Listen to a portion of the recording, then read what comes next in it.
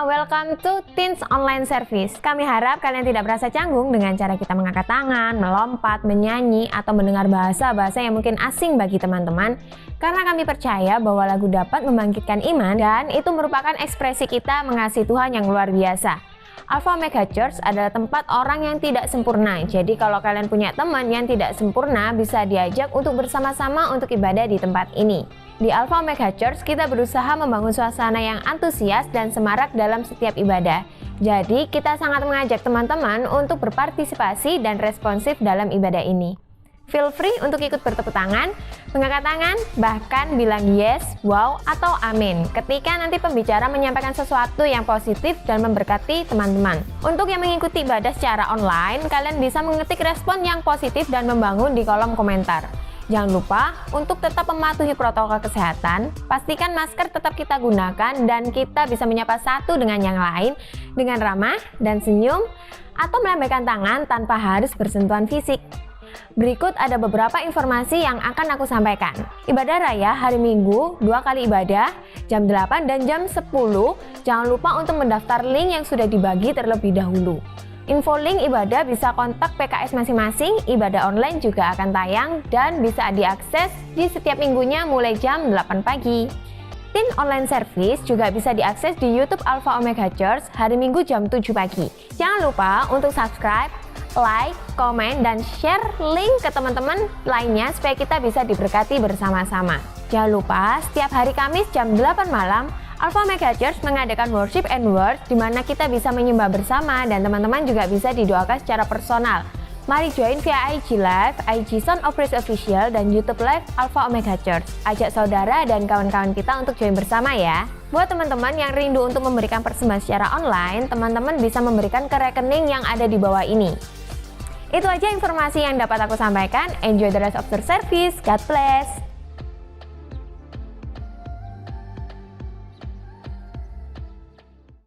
Halo semuanya, selamat datang di Teen Online Service Alpha Omega Church.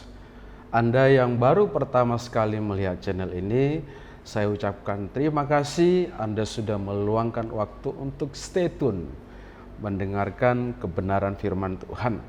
Dan saya percaya firman Tuhan hari ini akan membawa berkat yang baru untuk kita nikmati bersama-sama. Dan kesempatan kali ini kita akan membahas tentang keselamatan. My Savior, penyelamatku. Ada sebuah kalimat berkata seperti ini. Saya selamat ketika saya terhindar dari kematian. Saya selamat ketika saya hidup dalam kenyamanan. Saya selamat ketika hidup bersama cinta sejati saya. Saya hidup ketika saya hidup tanpa kesusahan. Kalau saya tanya teman-teman semua, gimana pendapat apa yang saya sampaikan barusan? Apakah ada yang nggak setuju dengan beberapa pernyataan tadi? Jadi di sini tidak ada yang salah, tidak ada yang benar. Dan tentunya pernyataan di atas juga nggak salah loh. Tapi yang perlu kita perhatikan adalah kita sebagai orang-orang yang sudah mengenal Kristus, umat Kristen. Ya, seringkali kita umat Kristen cari keselamatan dengan cara yang salah. Kadang kita mencari kenyamanan dengan cara yang curang. Kadang kita memilih cinta tanpa melupakan kebenaran. Dan banyak sekali kompromi-kompromi lainnya yang menyebabkan kita bukannya mendapat keselamatan, tetapi semakin jauh dari keselamatan itu. Nah, yang pertama yang perlu kita bahas, gimana sih cara mendapatkan keselamatan secara Kristen? Tentunya adalah melalui pribadi Tuhan Yesus. Yang pertama adalah salvation atau keselamatan. Nah, rekan-rekan, semua keselamatan itu adalah suatu keadaan nyaman dalam situasi kondisi yang aman secara fisik, secara sosial, spiritual, finansial, politik, emosional, pekerjaan, psikologis, ataupun pendidikan, dan terhindar dari ancaman terhadap banyak faktor. Dan secara umum, keselamatan adalah dampak dari adanya resiko kematian. Dan seringkali di antara kita orang percaya berhasil hidup secara jasmani, tapi mati secara rohani. Keselamatan itu gratis, tapi tidak mudah. Saya sampaikan sekali lagi, keselamatan itu gratis, tapi tidak mudah.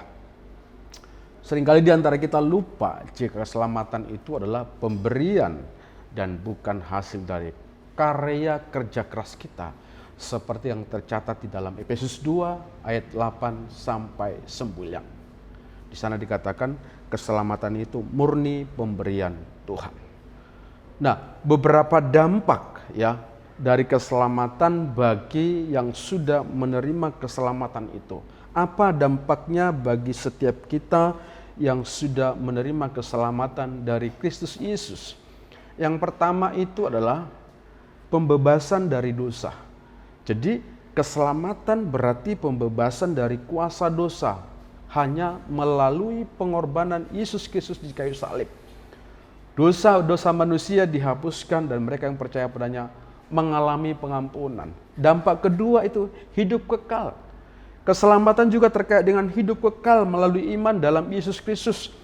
Orang percaya memiliki janji hidup kekal bersama dengan Tuhan. Dampak yang ketiga yang terjadi adalah rekonsiliasi dengan Tuhan. Karena apa? Keselamatan adalah proses rekonsiliasi, mengembalikan hubungan yang rusak antara manusia dengan Tuhannya. Kristus bertindak sebagai penebus yang memungkinkan manusia itu mendekat kepada Tuhan. Yang keempat, transformasi rohani. Keselamatan tidak hanya bersifat hukum atau deklaratif, tetapi juga melibatkan transformasi rohani. Orang percaya diubah oleh kehadiran Roh Kudus untuk mencerminkan karakter Kristus. Dan dampak yang kelima adalah hidup yang berbuah. Keselamatan menghasilkan buah-buah dalam kehidupan sehari-hari. Orang percaya yang mengalami keselamatan diharapkan hidup sesuai dengan kehendak Allah, mencintai sesama dan mengasihi Allah dengan sepenuh hati. Bagian kedua adalah the way of salvation atau jalan keselamatan. Kita akan melihat satu ayat Alkitab di dalam Roma 10 ayat 9. Sebab jika kamu mengaku dengan mulutmu bahwa Yesus adalah Tuhan dan percaya dalam hatimu bahwa Allah telah membangkitkan Dia dari antara orang mati, maka kamu akan diselamatkan. Kita semua pasti telah mendengar bagaimana pengorbanan Yesus di kayu salib untuk menebus dosa manusia. Nah, lewat penebusan dosa manusia itu beberapa hal penting yang kita boleh renungkan bersama-sama, bahwa sebuah pengorbanan dari Yesus Kristus itu mendatangkan kebaikan bagi setiap kita yang sudah menerima keselamatan yang daripada Tuhan. Hal penting yang pertama adalah penebusan dosa. Yesus Kristus adalah penebus dosa manusia. Dosa itu memisahkan manusia dari Tuhan, tetapi melalui kematiannya di kayu salib, Yesus telah membayar lunas dan membuka jalan pengampunan yang rusak tadi menjadi baik. Inilah pengorbanannya yang memungkinkan manusia mendekat Allah. Tanpa pengorbanan Yesus, kita tidak akan mengenal Tuhan kita dengan baik. Arti pengorbanan yang kedua adalah pengorbanan kasih. Pengorbanan Yesus adalah bukti kasih Allah yang tak terbatas. Dia rela menyerahkan hidupnya. Kristus menunjukkan kasih-Nya yang mendalam kepada kita semua manusia. Dan kisah ini menjadi contoh teladan bagi umat-Nya untuk kita juga mencintai sesama kita. Yang ketiga, arti dari sebuah pengorbanan Yesus di kayu salib adalah menjadi pembawa keadilan. Yesus juga berperan sebagai pembawa keadilan melalui kehidupannya yang tanpa dosa, kematiannya yang adil, dan kebangkitannya yang memastikan kebenaran atas dosa dan maut. Kristus membawa keadilan kepada dunia. Dan yang selanjutnya, arti pengorbanan yang dilakukan oleh Yesus di kayu salib adalah sebagai pengantara antara Tuhan dan manusia. Sebagai juru selamat, Yesus bertindak sebagai pengantara di antara Allah dan manusia. Dia membuka jalan agar manusia dapat mendekati Allah dan mendapatkan keselamatan. Ia adalah satu-satunya jalan menuju Bapa di surga. Dan ini dicatat di dalam Yohanes 14 ayat yang ke-6. Dan yang selanjutnya yang kelima, arti pengorbanan Yesus di kayu salib adalah membebaskan kita dari kuasa dosa dan kematian. Karya penyelamatan Yesus membawa pembebasan. Manusia yang percaya padanya dibebaskan dari kuasa dosa dan kematian. Kemenangan atas kematian membawa harapan hidup kekal bagi setiap orang yang percaya. Dan yang keenam, arti pengorbanan Yesus adalah sebagai jaminan hidup kekal. Yesus Kristus sebagai juru selamat memberikan jaminan hidup kekal bagi yang percaya. Ia berjanji hidup kekal bagi mereka yang mengikutinya. Dan ini dituliskan dalam Yohanes 3 ayat 16. Dan memberikan janji kehadirannya yang abadi. Dan yang ketujuh, arti pengorbanan Yesus di kayu salib adalah teladan, membawa teladan hidup kekristenan. Peran Yesus sebagai juru selamat memberikan teladan hidup bagi umatnya. Pengikutnya diajak untuk meniru, menjalani sesuai dengan ajaran dan nilai-nilai yang diajarkan oleh firman Tuhan.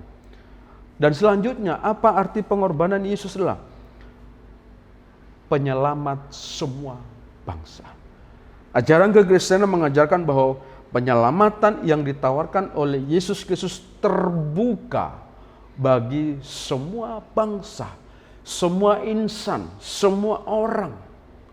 Ia adalah juru selamat bagi seluruh umat manusia, tidak memandang ras, tidak memandang suku, atau latar belakang seseorang. Dia terbuka untuk semua orang. Apakah Anda salah satunya? Saya percaya Anda adalah salah satu orang yang sudah menerima kasih karunia yang dari Tuhan itu. Dan pada kesempatan kali ini, apa yang mesti kita lakukan? Apa yang harus terjadi dalam hidup kita agar keselamatan itu benar-benar menjadi milik kita, dan itu kita boleh nikmati sampai Tuhan datang untuk kedua kalinya. Yang pertama yang perlu kita lakukan adalah iman dan pertobatan. Keselamatan dalam kekristenan itu melibatkan iman pribadi dan pertobatan. Melalui iman seseorang menerima anugerah keselamatan, dan pertobatan merupakan tanggapan pribadi untuk berbalik dari dosa dan berusaha hidup sesuai dengan kehendak Tuhan. Nah, bagaimana iman itu bisa timbul? Dalam firman Tuhan Roma 10 ayat 17 berkata, iman timbul lewat pendengaran firman Kristus.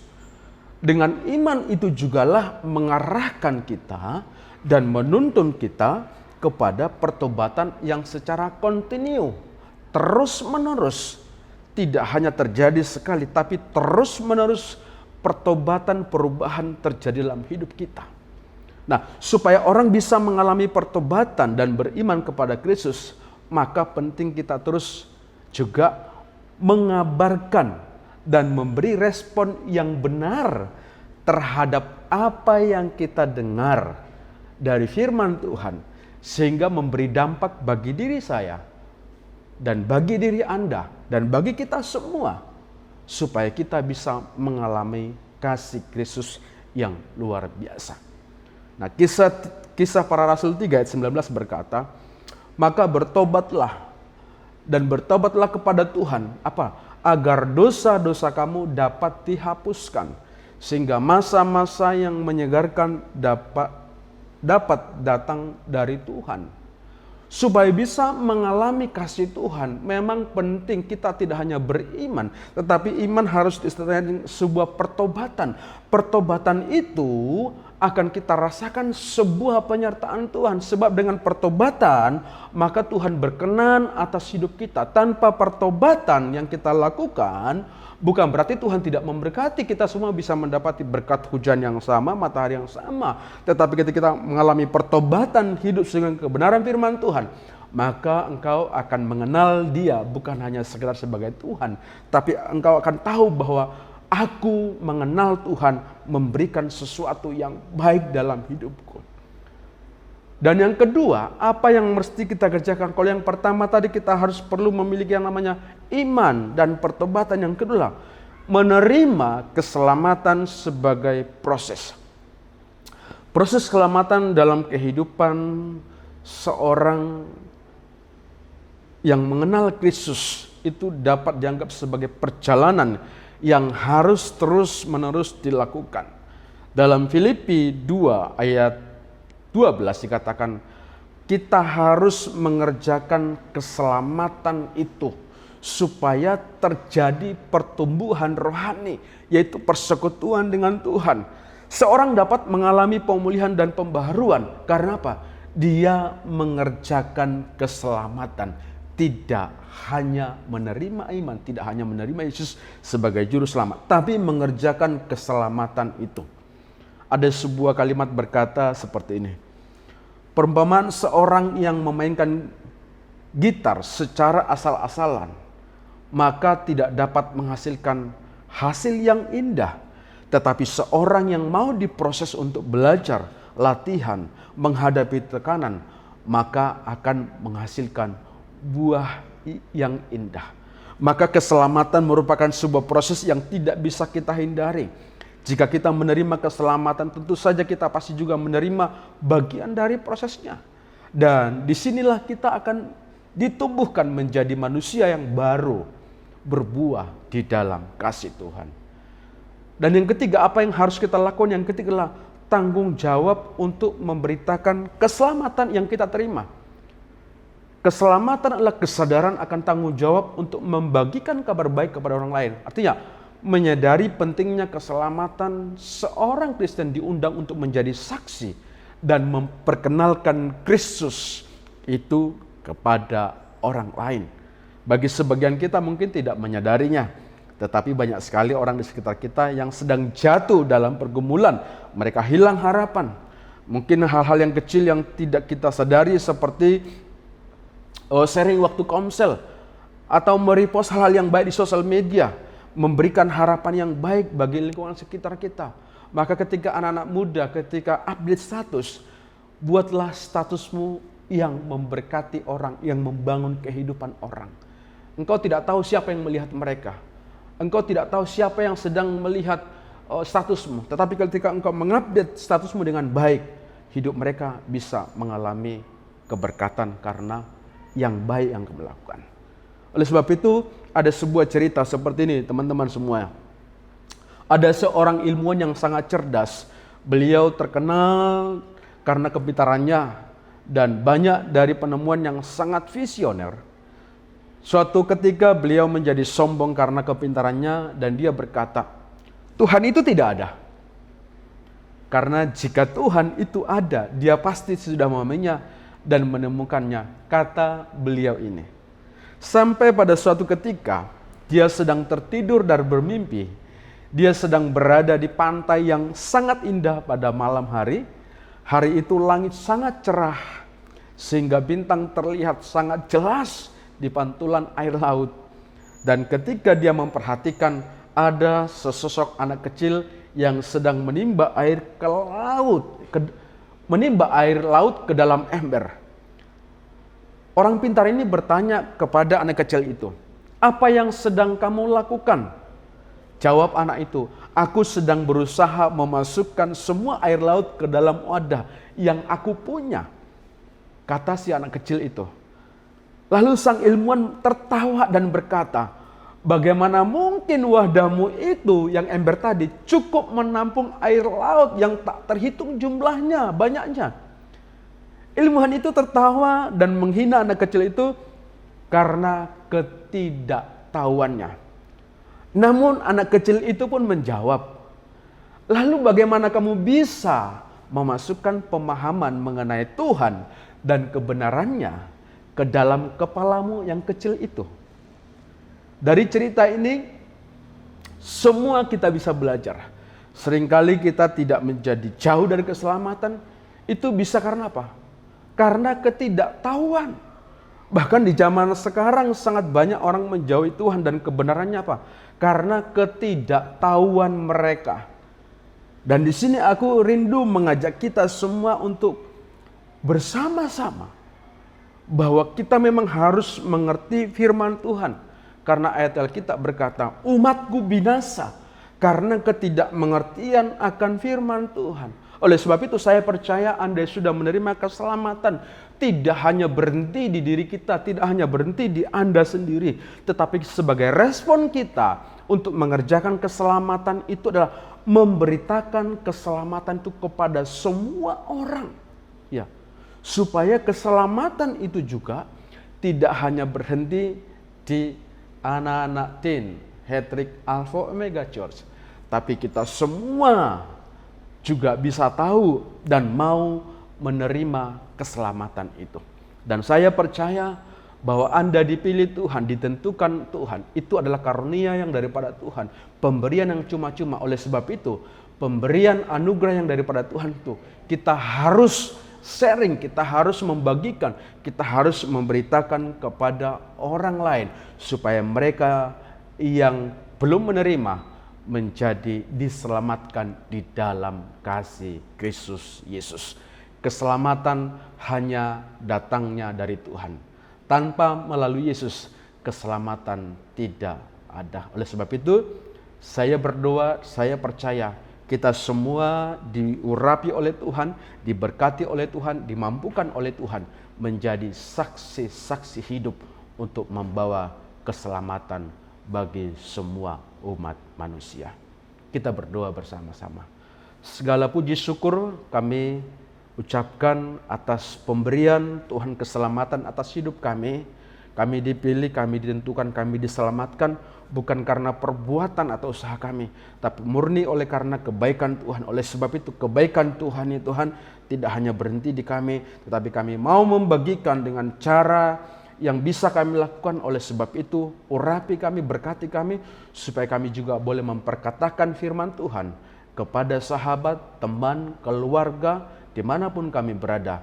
Kami menjadi orang-orang yang bisa menceritakan tentang kebaikan Tuhan. Berkati setiap anak-anak mudamu, berkati setiap orang yang melihat channel ini, siapapun mereka Tuhan. Diberkati kehidupan mereka, studi mereka, pekerjaan mereka, masa depan mereka penuh dengan berkat Tuhan. Di dalam nama Tuhan Yesus kami berdoa dan mengucap syukur bersama, berkata dengan saya, amin. Tuhan memberkati kita semuanya.